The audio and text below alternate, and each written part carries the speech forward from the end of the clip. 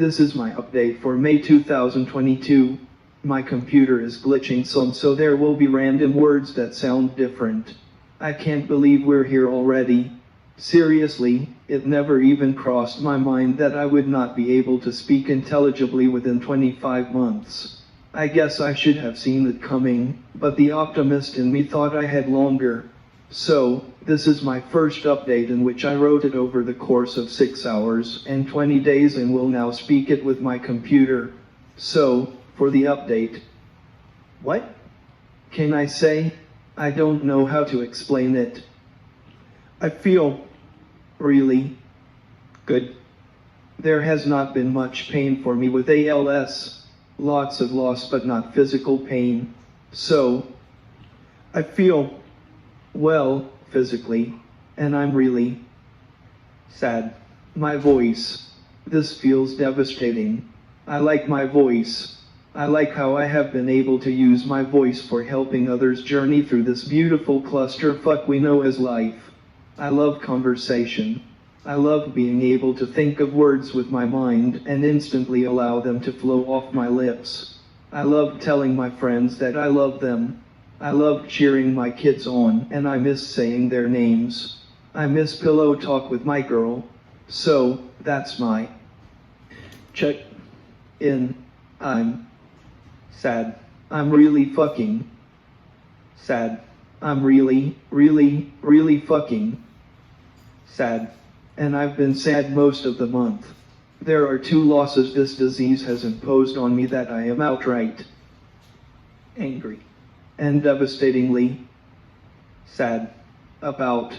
The loss of my voice and the loss of the ability to reach for and touch my love. What else can one say, other than this disease is bullshit? Maybe this will be an interesting ride though, because I don't ever write one whole piece in one sitting. I work on my writings a little each day. I currently am working on papers about my philosophical approach to parenting, one on life and love, one on soul, one on indoctrination. And then, my monthly update. So, this part is coming at you on a bad day. I thought for a minute that I might be slipping into depression. But I'm no stranger to depression, and this is not that. Depression feels like you're walking around in a deep, dark pit of hopelessness. Fortunately, they make medicine for that, which I happily take every day. This is not that. This is heart-wrenching. This feels like you're being gutted. This hits you in depths you didn't even know you had. This feels like your heart is being broken into a million pieces, kind of sadness. It hurts. They don't make medicine for this. This is simply a path you have to walk. There are no shortcuts for this. I think this has been one of those months where I once again am faced with the reality that I don't get to get better. I go to therapy twice a week and the room is filled with people who are making progress, and it's beautiful. Some are learning how to walk again after a gunshot wound, while others are learning how to function in life again after a stroke. And yet as they progress, I show up each week a little worse than the week before. And I don't think it's self-pity, but instead a deep sadness. I will say that in an odd and subtle way, there are a few unexpected gifts that come along with losing my voice. For instance, when one of my kids asks me a question about going somewhere or doing something and I respond with a no, well, now I have a teenager with smoke coming out of their ears as they then say, why not? Now, this is where it gets fun. All of the kids have respect for me enough that they won't just walk out on me. So, now they are stuck like Chuck. Their face is red, smoke coming out of their ears, and if they could shoot lasers out of their eyeballs, well, they would. And the whole time they have to wait while I take 7 minutes to type my response. You know, this might surprise you, but it is really difficult to maintain that posture of anger for 7 whole minutes while sitting quietly waiting for your dad to type his response. It sure does diffuse a lot of encounters. At first, I felt bad about it, but the more we do it, I become more and more convinced I should have been doing this all along. It's truly brilliant, and the kids learn patience and how to navigate and learn to control their emotions. And I learn how to not fly off the handle and choose my words wisely. I literally have zero ability to engage in a verbal battle. So, here's something I've been pondering for the past few months. My dad always taught me, don't follow someone who doesn't walk with a limp. Which is a little ironic because I personally held leadership positions before I started limping.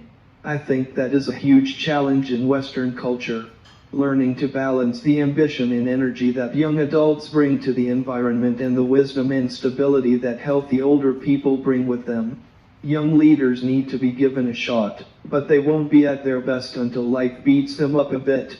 I did notice I started having a greater impact on people's lives once life kicked the shit out of me a few times, and I actually developed a bit of a limp.